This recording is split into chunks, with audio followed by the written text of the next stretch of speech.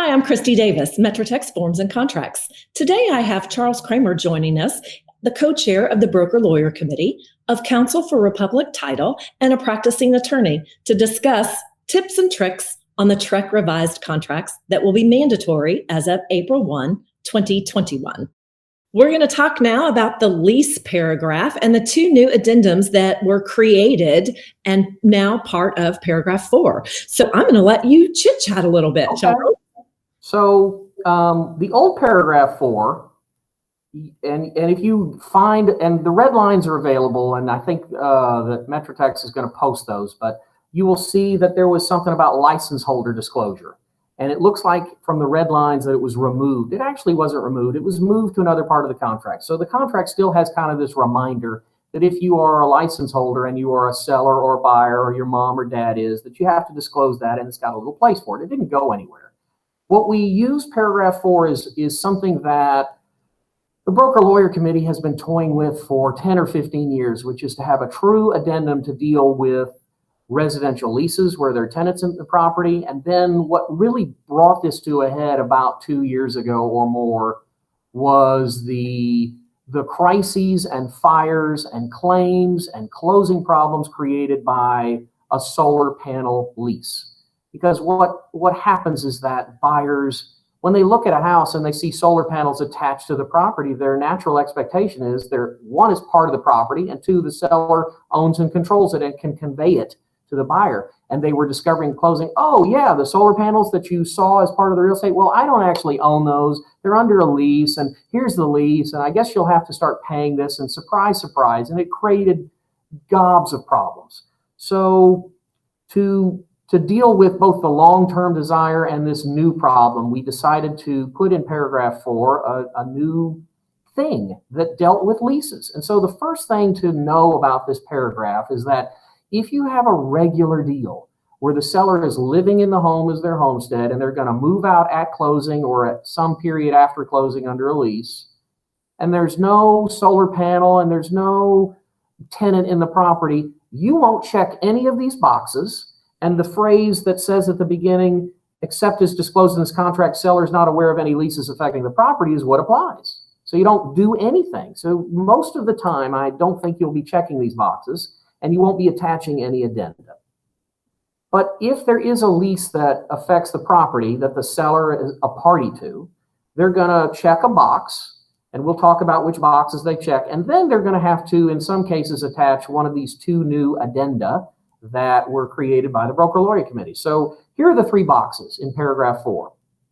One is, and by the way, the parenthetical after the end of paragraph 4 says check all applicable boxes. So it's possible that you could have a home, 1 with a tenant in it under a residential lease, 2 that has a solar panel under a lease, and 3 that you also signed a lease for an oil and gas matter and that you're receiving royalty payments. You could theoretically have all 3 of those, but I don't think you're going to see that. So the first box, which is box A, is for residential leases. That term means a lease to a tenant that is occupying this home. And the box simply says the property is subject to 1 or more leases, and the addendum for this matter is attached. So let's jump to the addendum and we'll talk about it here. And I have to have a little bit of a cheat sheet because I haven't got the entire thing memorized, but I know it well enough. I don't have it memorized yet either. Yeah, well, that's the other thing about contracts and law and all of those things that you will find if you just go and study the words and read these things that you kind of gloss over, you get a lot of your questions answered as to what happens. These are plain language contracts. Although they are intimidating, they're nothing like what lawyers could come up with, and they're intended to be simple and for use by the public and consumers. So this lease form, this addenda regarding residential leases, has 2 boxes that you check, box A and box B. And notice it says check only A or B. So you have 2 choices. 1, box A, we're going to terminate the lease prior to closing and get the tenant out and deliver possession of the property without a tenant. That's one possibility.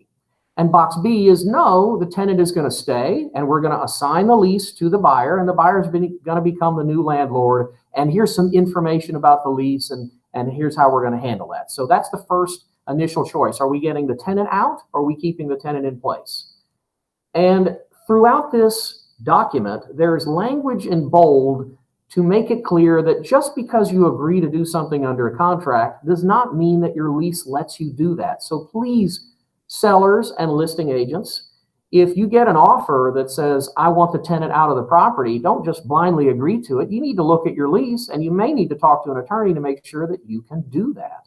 Because I'd hate to have a situation where you're contractually bound to deliver possession free of a tenant, and your lease gives the tenant the right to stay additional time. So pay close attention to that. Certainly wise advice in that regard. It may happen, but we're trying to warn everybody about that. Now, if they check box B and they say, no, the lease is going to continue in place. This is essentially the sale of income producing property to the buyer who's buying it as an investment. They're going to be, and maybe it's both. Maybe the buyer's going to be a landlord for 4 months, and then when the tenant gets out, they're going to get in and remodel and flip it. Who knows? But the lease will continue and the tenant will stay in place.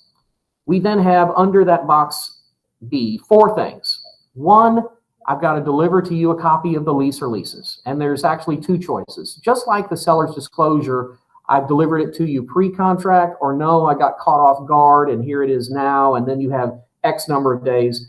It's always better, if you want to close loopholes, to get a copy of that lease to a buyer during your negotiation so that you can check box 1A and say, I've received a copy of the lease. Because if you don't and you enter into this contract and you say, well, I'll get you a copy of the lease, 1, you have 3 days to get it to the buyer, and 2, then the buyer has kind of like a little option period to get out of the deal. So try not to do that, folks.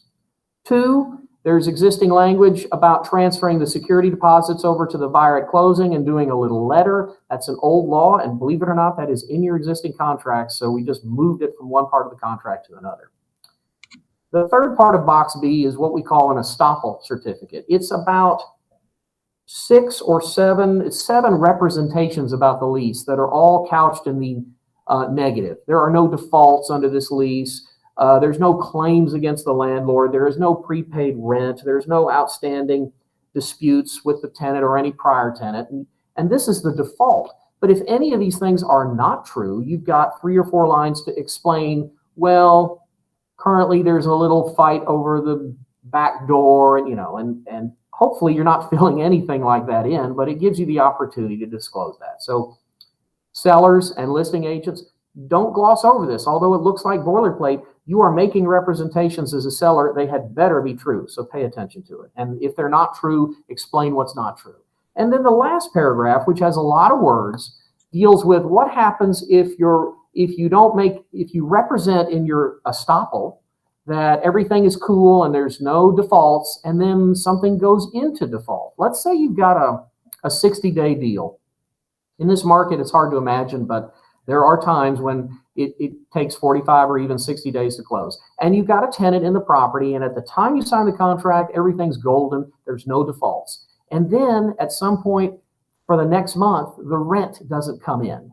And then 2 days goes by and 3 days goes by. At some point, and I would say somewhere around day 4 or day 5, I don't think you want to wait 2 weeks, but at some point the seller has to inform the buyer, hey, my prior representation when we signed the contract that there's no default in the rent, it's no longer true. And I will work on it to get it collected, and stay tuned. And then the paragraph talks about how long they have. Basically, that seller has about 7 days after they give notice of this problem to a buyer to fix it. And if they don't, then we give a very short 5-day window after the 7-day window for the buyer to say, look, I don't like what's going on. You can't seem to collect the rent. This is a bad sign. I don't want to be this guy's landlord. I terminate. And they can terminate and get the earnest money back. So that is how that, I know that's a lot of stuff, and I want everybody to read this and take more classes, but that's basically how this form works. It is a long form, and there are lots of dates that buyer's agents and listing agents are going to have to stay in. I can't talk now. They're going to have to understand those dates and keep those timelines very concise, because it does allow for buyers' opportunities to terminate the contract, or sellers' responsibilities to get things to the agent so that they can inform that buyer. So there's lots of new things that are involved in this form. And then the thing that I get questioned about, Charles, is that paragraph B2. Well, what does that? How do I inform this new tenant that I am now their landlord? Yeah, let's And talk about that. So that's actually a very old law, and you would be surprised if you went and looked in the current contracts, you would find this language buried in it. It's in the boilerplate. But it's old law that basically says a landlord who sells their property remains liable to that tenant for the security deposit unless and until they deliver a letter to the tenants that says, I have transferred your security deposit to the new landlord. So the contract kind of makes that law part of the contract and imposes a duty on the parties to do that. That letter is a form that many title companies have. We have them available. It's a somewhat, there is no TREC form. There might be a Texas Realtors property management form. I think there is, but it's basically a letter that usually the buyer signs it, and the buyer sends it to the new tenant that says, hello, I'm your new landlord. Here's my address for payment of rent. And this will inform you that I've received your security deposit from the old landlord. Call me, here's my contact information, it's signed. And then the buyer can sign that at closing as a closing document and say to the title company, we mail that out.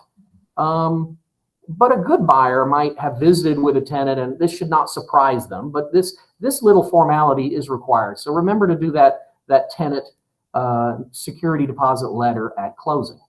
perfect. Thanks so much for that little added tip. I think that our members will really appreciate that. And thank you for joining us. Please make sure to check out our YouTube channel for more contract tips and tricks and other videos to assist you in your business.